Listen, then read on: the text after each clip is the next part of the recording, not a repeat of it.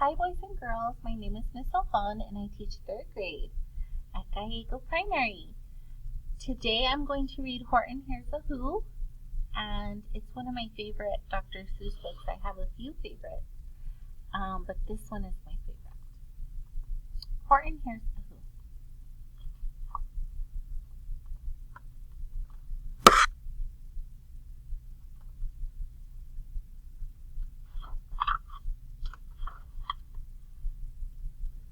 On the 15th of May, in the jungle of New, in the heat of the day, in the cool of a pool, he was splashing, enjoying the jungle's great joys, when Horton the elephant heard a small noise.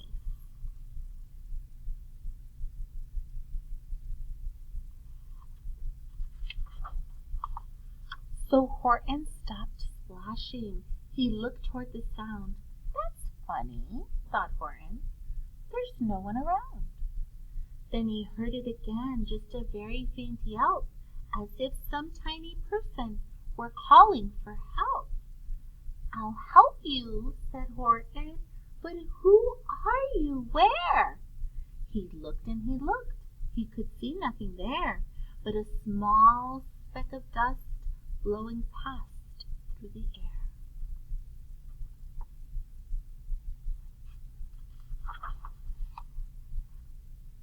"I say," murmured Horton, "I've never heard tell of a small speck of dust that is able to yell.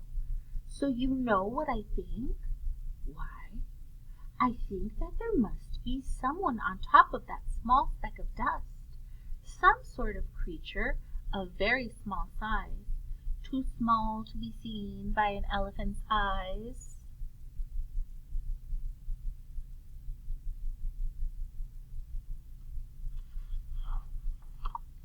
"Some poor little person who's shaking with fear that he'll blow in the pool. He has no way to steer. I'll just have to save him because, after all, a person's a person, no matter how small."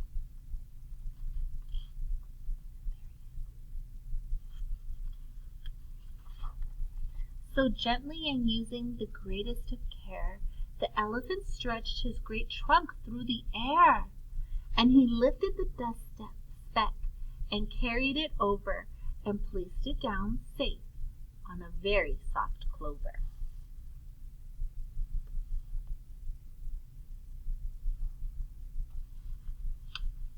And you can see the little speck.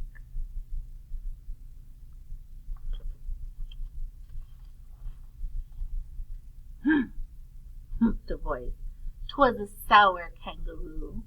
And the young kangaroo in her pouch said, too. "Why, that speck is as small as the head of a pin. A person on that, why, there never has been." That's the sour kangaroo. And her baby too, or Joey.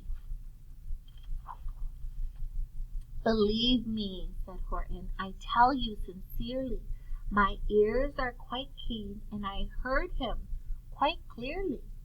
I know there's a person down there, and what's more, quite likely there's 2, even 3, even 4, quite likely a family for all that we know, a family with children just starting to grow.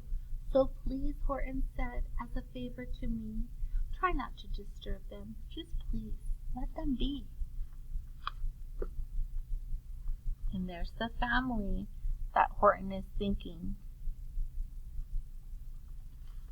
is on the speck. "I think you're a fool," laughed the sour kangaroo, and the young kangaroo in her pouch said, "Me too." "You're the biggest blame fool in the jungle of Newell." And the kangaroos plunged in the cool of the pool. "What terrible splashing!" the elephant frowned. "I can't let my very small persons get drowned. I've got to protect them. I'm bigger than they." So he plucked up the clover and hustled away.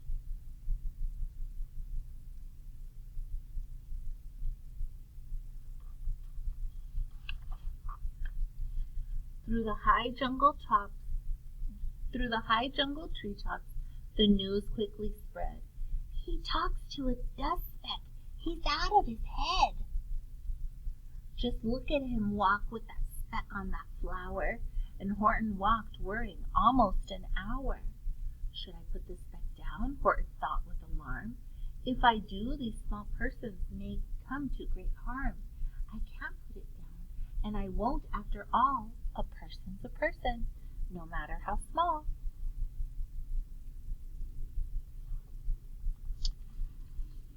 There's Horton, if you were wondering. Then Horton stopped walking. The speck voice was talking. The voice was so faint he could barely hear it. Speak up, please, said Horton. He put his ear near it. My friend, came the voice, you're a very fine friend. You've helped all us folks on this dust speck errand. You've saved all our houses, our ceilings, our floors. You've saved all our churches and grocery stores. And there he is listening to them. You mean, Horton gasped, you have buildings there too? Oh, yes, piped the voice, we most certainly do. I know, called the voice. I'm too small to be seen, but I'm the mayor of a town that is friendly and clean. Our buildings to you would seem terribly small, but to us who aren't big, they are wonderfully tall. My town is called Whoville, for I am a Who, and we Whos are thankful and grateful for you. And Horton called back to the mayor of the town, You're safe now, don't worry, I won't let you drown.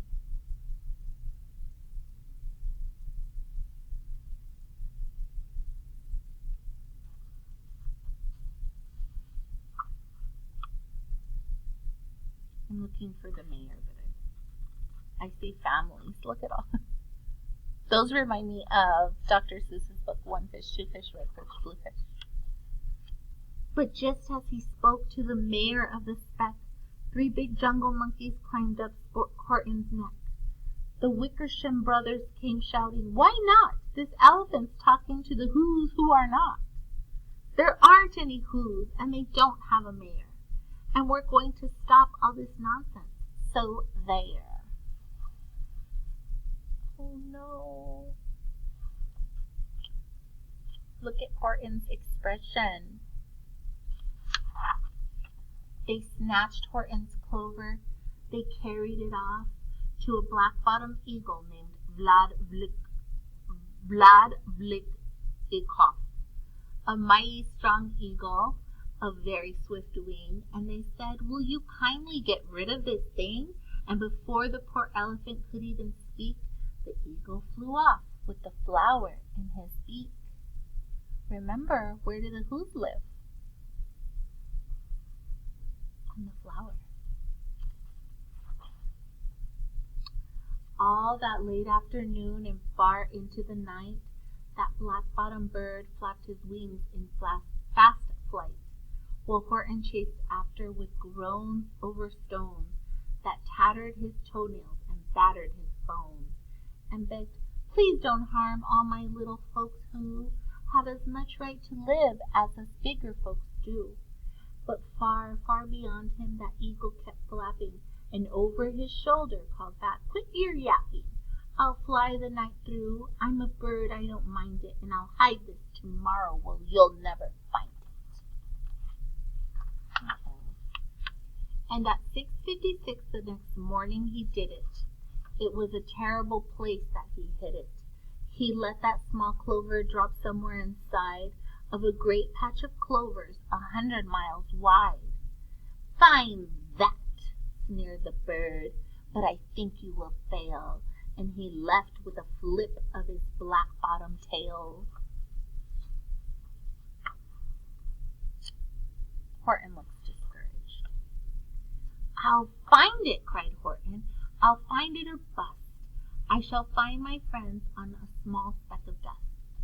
And clover by clover by clover with care, he picked up and searched them and called, "Are you there?" By clover by clover by clover he found that one that he sought for was just not around.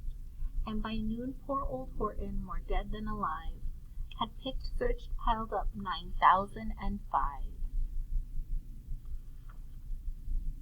And then through the afternoon, hour after hour, till he found them at last, on the 3,000,000th flower. "My friends," cried the elephant, "tell me, do tell, are you safe, are you sound, are you whole, are you well?" From down on the speck came the voice of the mayor. "We've really had trouble, much more than our share, when that black-bottomed birdie let go and we dropped. We landed so hard that all our clocks have stopped. Our teapots are broken, our rocking chairs smashed, and our bicycle tires all blew up when we crashed. So Horton, please," pleaded the voice of the mayor, "will you stick by us whoos while we're making repairs?" "Of course," Horton answered, "of course I will stick. I'll stick by you small folks through the thin and the thick."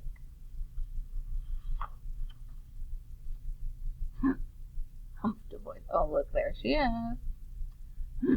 Humphed the voice. "For almost 2 days you've run wild and insisted on chatting with persons who've never existed. We've had quite enough of your bellowing bugle, and I'm here to state," snapped the big kangaroo, "that your silly, nonsensical game is all through." And the young kangaroo in her pouch said, "Me too."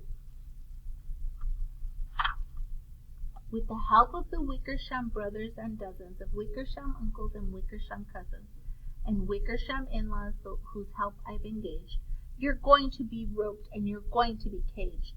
And as for your dust speck, that we shall boil in a hot steaming kettle of bezel nut oil." "Boil it?" gasped Horton. "Oh, that you can't do. It's full of persons. They'll prove it to you." "Mr. Mayor, Mr. Mayor, Mr. Mayor," Horton called. "Mr. Mayor, you've got to prove that you really are there. So call a big meeting. Get everyone there.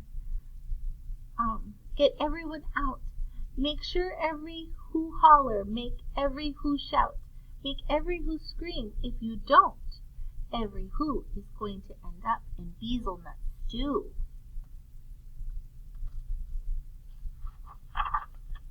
And down on the dust speck the scared little mayor quick called a big meeting in Whoville Down Square. And as people cried loudly, they cried out in fear, "We are here! We are here! We are here!" There they are yelling at the top of their lungs. The elephant smiled. "That was clear as a bell. You kangaroos surely heard that very well."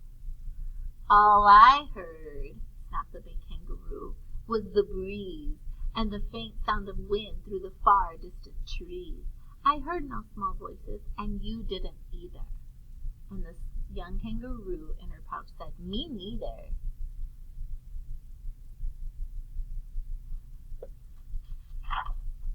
"Grab him," they shouted, "and cage that big dope. Lasso his stomach with 10 miles of rope. Tie the knots tight so he'll never shake loose. Then dunk that dumb speck in bezel nut juice." Horton fought back with great vigor and vim, but the Wickersham gang was too many for him. They beat him, they mauled him. They started to haul him into his cage, but he managed to call to the mayor, "Don't give up. I believe in you all. A person's a person, no matter how small. And you very small persons will not have to die if you make yourselves heard, so come on now and try." The mayor grabbed a tom-tom. He started to smack it, and after all of Whoville, they whooped up a racket. They rattled tin kettles. They beat on brass pans, on garbage pail tops and old cranberry cans. They blew on bazookas and blasted great toots, on clarinets, oompas, and boompas and flutes.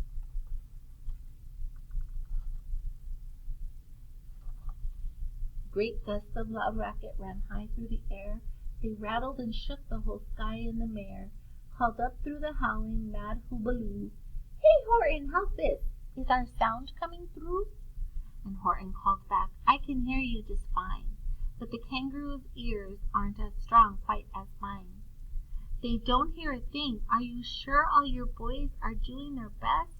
Are they all making noise? Are you sure every who down in Whoville is working? Quick, look through your town. Is there anyone shirking?" Through the town rushed the mayor from east to the west, but everyone seemed to be doing his best. Everyone seemed to be yapping or yipping. Everyone seemed to be bipping or bipping. But it wasn't enough, all this ruckus and roar. He had to find someone to help him make more. He raced through each building. He searched floor to floor. And just as he felt he was getting nowhere and almost about to give up in despair, he suddenly burst through the door, and that mayor discovered one shirker, one hidden away in the Fairfax apartments, apartment 212J. A very small shirker named Jojo. Oh, there's Jojo. He's small. Not making a sound. Oh, was just standing and bouncing his yo-yo. Not making a sound, not a yip, not a chirp, and the mayor rushed inside and grabbed the young twerp. And he climbed up with the lad on the Eiffelberg Tower. "This," cried the mayor, "is your town's darkest hour. This time for all who have blood that is red, to come to their country, to the aid of their country," he said. "We've got to make noises in greater amounts, so open your mouth, lad, for every voice counts." Thus he spoke as he climbed, and when they got to the top, the lad cleared his throat and shouted out, "Yop!" And that yop, that one small extra yop, put it over. Finally, at last, from that speck on that clover, their voices were heard. They rang out clear and clean, and the elephant smiled. Do you see what I mean? They prove they are persons no matter how small, and their whole world was saved by the smallest of all. "How true! Yes, how true!" said the big kangaroo. "And from now on you know what I'm planning to do. From now on I'm going to protect them with you." And the young kangaroo in her pouch said, "Me too. From the sun in the summer, from the rain when it's fallish, I'm going to protect them, no matter how smallish." I hope you enjoyed my story.